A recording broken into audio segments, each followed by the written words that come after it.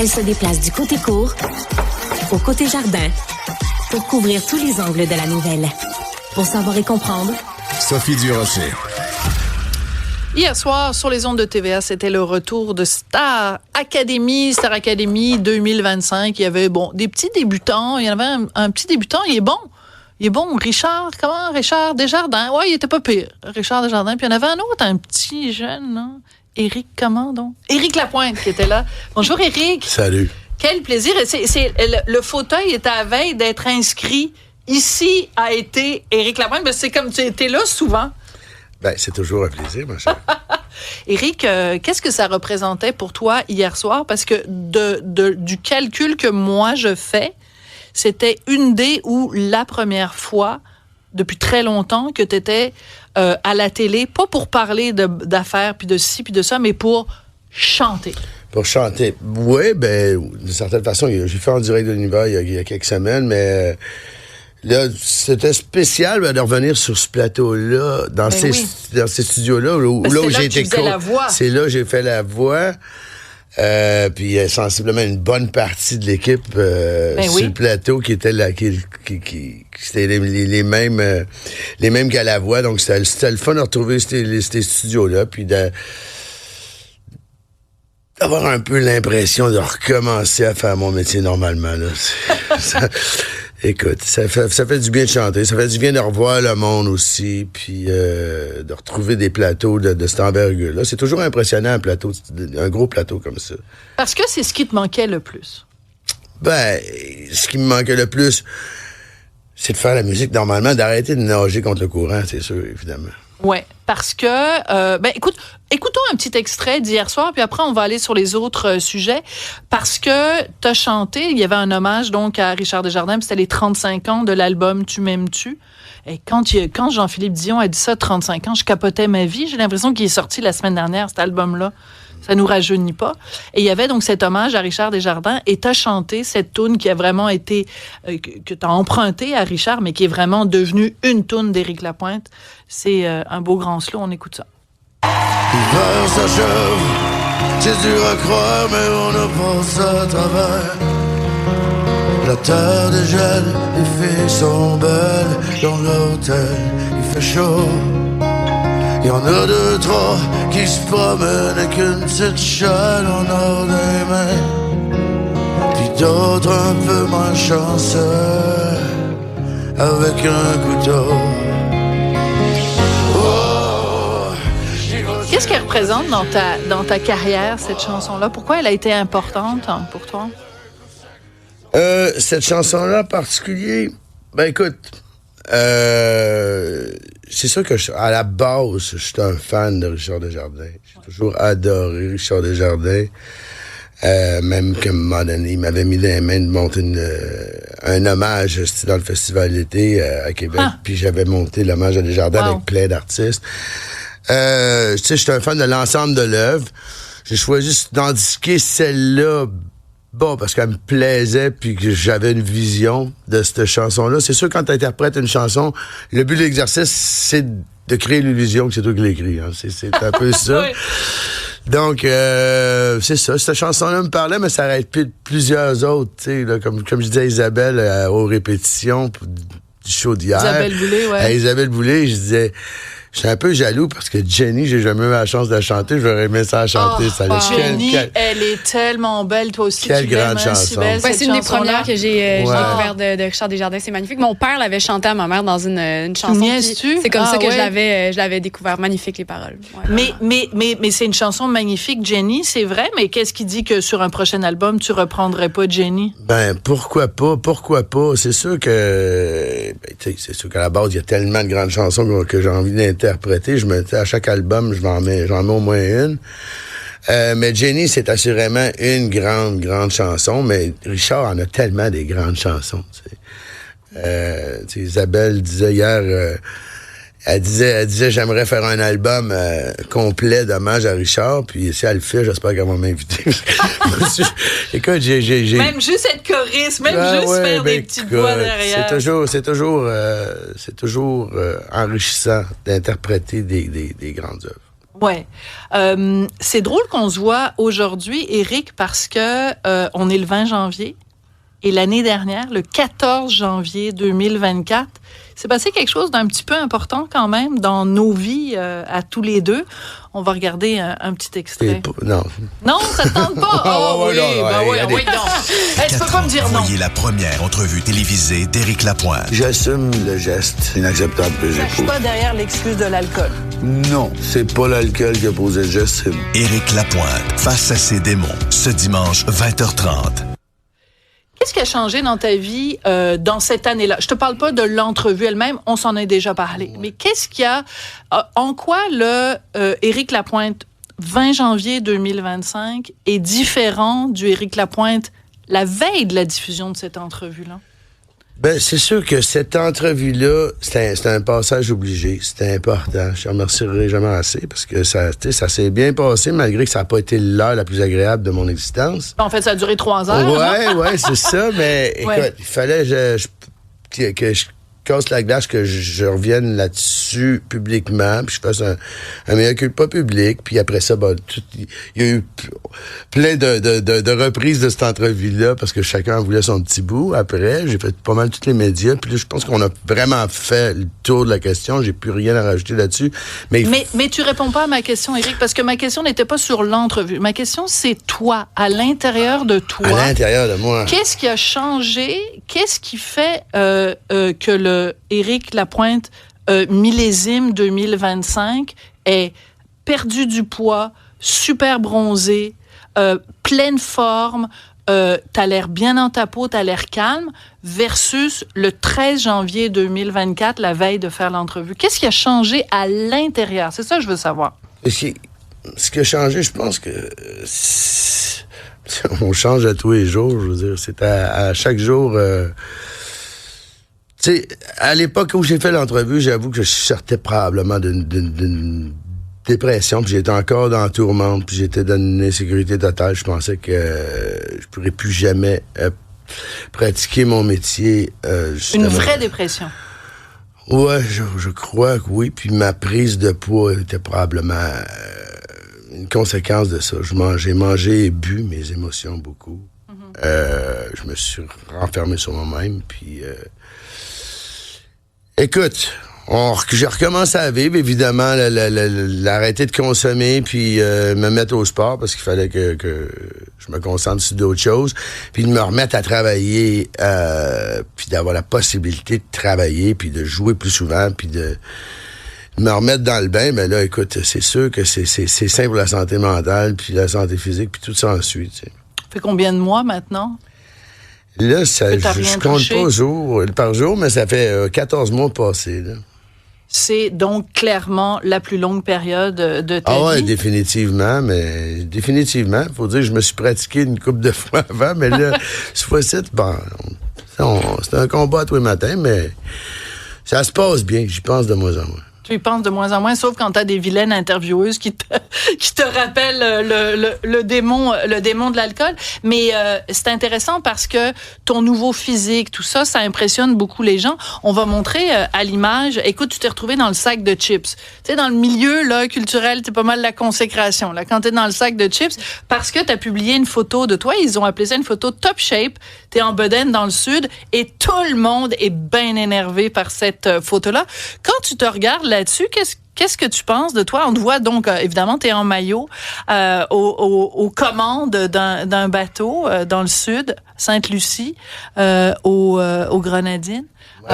Ouais, c'est ça, c'était le matin qu'on quittait Sainte-Lucie. Écoutez, ça a été des vacances trop courtes, mais... Ouais. Mais quand tu regardes ces images-là, ça te dit quoi?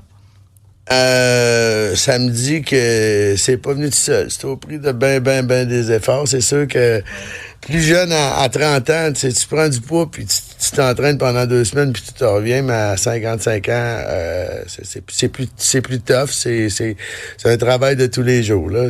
J'ai travaillé fort, c'est pas arrivé de ça. On s'est fait écrire justement que vous paraissiez bien, Monsieur Lapointe. Ronald Izio de Laval qui nous dit bravo, même il parle de votre voix, qui disait que votre voix paraît très bien, que vous avez l'air en forme, puis qu'il a hâte à un nouvel album. Donc, ça se voit un peu partout. Non, mais ça se voit et ça se sent. Et moi, je t'ai vu en spectacle au Saint-Denis. Ouais. Tu te pitchais partout. T'étais complètement... J'étais avec Jean-Charles Lajoie, qui était assis à côté de moi. Enfin, je peux pas dire assis, parce qu'on a été debout tout le long. Tu chantes mieux. Tu chantes mieux que t'as jamais chanté. Ben, écoute, oui, je suis en pleine possession de mes moyens. C'est évident que on est toujours meilleur à jeun. Ça, c'est sûr, pour performer, pour créer. C'est peut-être une autre histoire, mais pour performer, il n'y a personne qui peut prétendre être meilleur intoxiqué. Ça, c'est sûr et certain. Puis, évidemment, vocalement, les cordes vocales se portent mieux en ayant des bonnes nuits de sommeil. Ouais. Il y a pas tellement longtemps, je t'avais reçu et c'était quelques semaines avant que Judith Bérard, qui a été ta conjointe pendant quelques mois, avant qu'elle sorte son livre. Et tu m'avais dit qu'elle t'en avait soumis quelques pages, puis que tu étais correct avec ça. Là, maintenant, le livre est sorti. Il y a beaucoup d'exemplaires qui s'en sont vendus. Est-ce que tu l'as lu au complet? Est-ce que des gens t'en ont parlé? Est-ce que tu es au courant de ce qu'elle dit sur toi, sur l'amour qu'elle te portait, qu'elle te porte encore? Pour être franc, je l'ai pas lu. C'est sûr que mon entourage l'a lu. J'ai eu des commentaires ci et là, mais ça va toujours rester sa vision de... Mais il n'y a rien de méchant. Elle dit rien de méchant sur toi dans le livre. C'est ce que je me dis. Mais elle parle évidemment de ta dépendance. Elle parle aussi de tes infidélités. Ben, c'est là que je te parle de c'est sa vision de la chose. Ah! OK. Est-ce qu'on a un cas de deux versions différentes? Il y a toujours deux versions. Il y a toujours une perception. Peut-être qu'elle parle de... Ben, à un moment donné, t'es fidèle ou t'es pas fidèle, Éric, là. Probablement qu'elle parle de simple, son insécurité. Ah, d'accord. Puis, tu sais, c'est une relation qui... Il y a eu des breaks dans cette relation-là. Oui. C'est ça. Donc, c'est sûr que si t'es en break, ben là, peut-être que... Voilà. Et voilà. D'accord. Donc, mais c'est intéressant parce que peut-être à un moment donné, toi, tu vas écrire un livre où tu raconterais... Mais ça parlerait peut-être pas de Judith Bérard. Ça parlera pas de ma vie amoureuse, c'est sûr et certain. De quoi tu parlerais si tu écrivais un livre sur ta vie, Éric? Ça parlerait assurément de mes démons, mais principalement, je pense, de ma carrière qui était... Il y a tellement de choses à dire sur mon parcours musical, puis toutes les expériences que j'ai vécues, puis les grands moments que j'ai vécus, les moments intenses. Ça parlerait assurément de mes mauvais coups aussi. Ça parlerait, je pense, de la résilience, puis de toujours avoir pour optique, de toujours, c'est beau tomber, mais il faut se relever. Très intéressant. Vas-tu l'écrire? Peut-être. Mais parce que tu as une plume, on n'a pas assez souvent, je pense, et pas assez souligné la qualité de tes textes. Évidemment, parce que tu as travaillé aussi avec d'autres auteurs. Avec des auteurs qui avaient plus de talent. Non, mais tu sais, avec des Tabra puis tout ça, non, je suis d'accord. On n'a jamais le talent qu'on aimerait avoir, à vrai dire, hein, mais... Ouais. Mais tu sais, je regarde par exemple aussi, pas juste, évidemment, on parle de Tabra tout le temps, mais sur ton dernier album, il y a une chanson qui t'a été donnée par Linda Lemay, qui est une de mes chansons, moi, que j'aime le plus. Ouais, J'ai envie que tu me colles, que tu me battes comme un enfant. On a fait des chansons ensemble. Linda, elle a une plume extraordinaire. Tu sais, j'ai travaillé, avec Zachary, avec Michel Rivard aussi. Ben oui. J'ai eu la chance de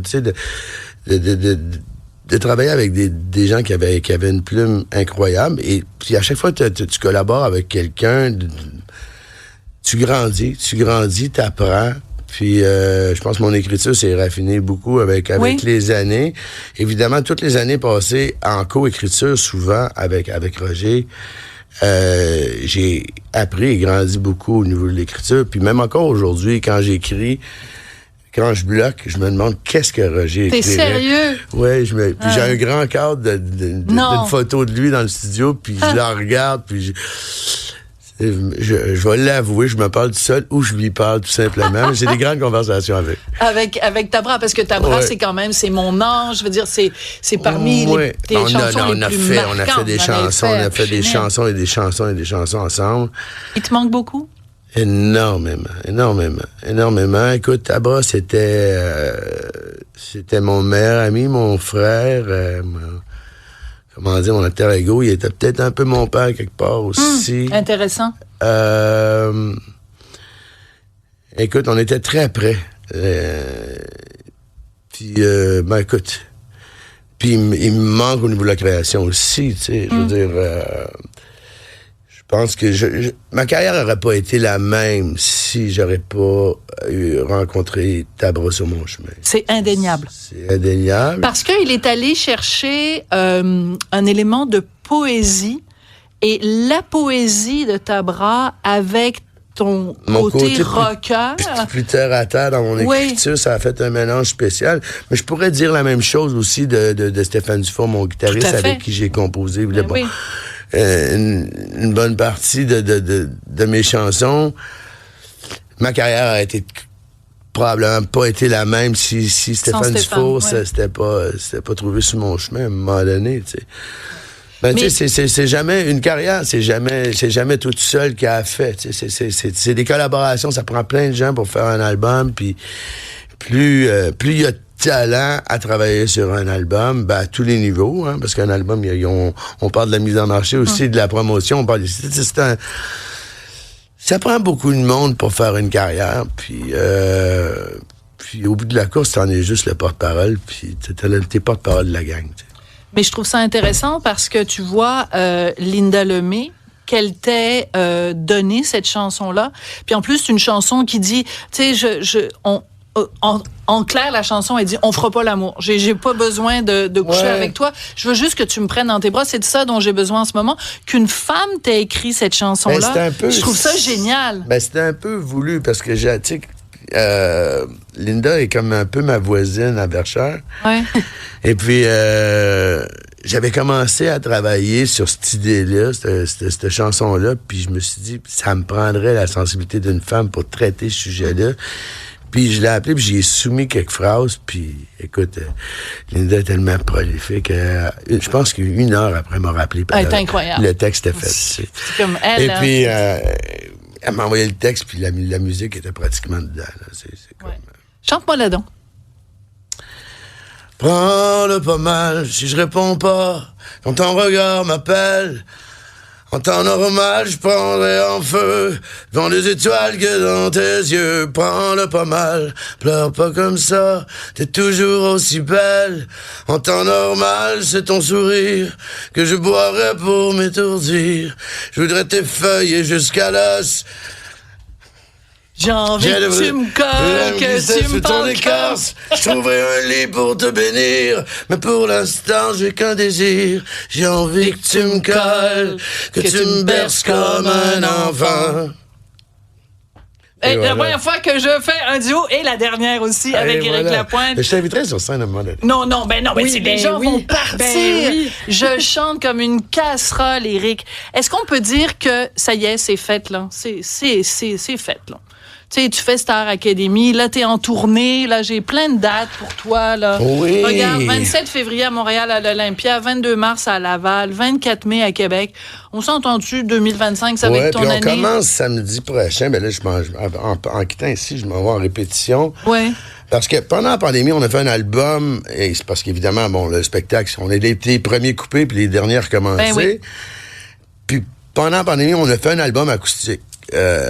Puis on n'a jamais eu la chance de le faire sur scène. Et là, je me lance sur une tournée acoustique qui commence samedi prochain. Et là, je vais être... je pense que le mot d'ordre, ça va être vulnérable, là, parce que c'est vraiment... Je pourrais pas me cacher devant un mur de guitare puis une batterie, puis je vais falloir que j'apprenne à affronter les silences entre les chansons, puis peut-être que je parle plus, puis j'explique les chansons, puis laisser les chansons parler d'elles-mêmes, puis les textes en avant-plan aussi, puis concentrer sur l'émotion. Puis on fait toutes des petites salles de entre 400 et 500 places, puis c'est totalement acoustique. J'ai peur, puis j'ai hâte en même temps. Pourquoi t'as peur? C'est quoi le pire qui peut arriver? Je sais pas. Je sais pas à quoi m'attendre. Tu sais, moi, j'ai toujours fait des shows où une peur bleue du silence. Fait qu'à la minute que la claque éteint, il y a une autre chanson qui commence. Et là, ça va être complètement un autre contexte. Et évidemment, il n'y a pas de tune rock. Je me concentre plus sur des ballades, des chansons en texte. Ça va être un show rempli d'émotions, je pense. Est-ce qu'il y a des chansons que tu vas jamais avoir chantées sur scène?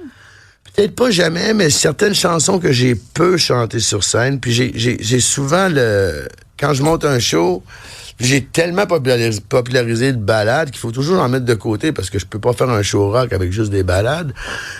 Donc là, c'est de me concentrer sur ces chansons-là. Puis il y a des chansons dites d'album, plus à texte, qu'on a moins fait en show. Puis là, je vais pouvoir me permettre de faire. Rajoute Jenny de Richard Desjardins. Ouais, ben là, une demande spéciale pour les parents de Cybèle Olivier. Éric, c'est toujours un plaisir de te parler. Ben, c'est un plaisir pour moi. Vraiment, merci. Puis j'aime beaucoup une phrase que tu viens de nous dire.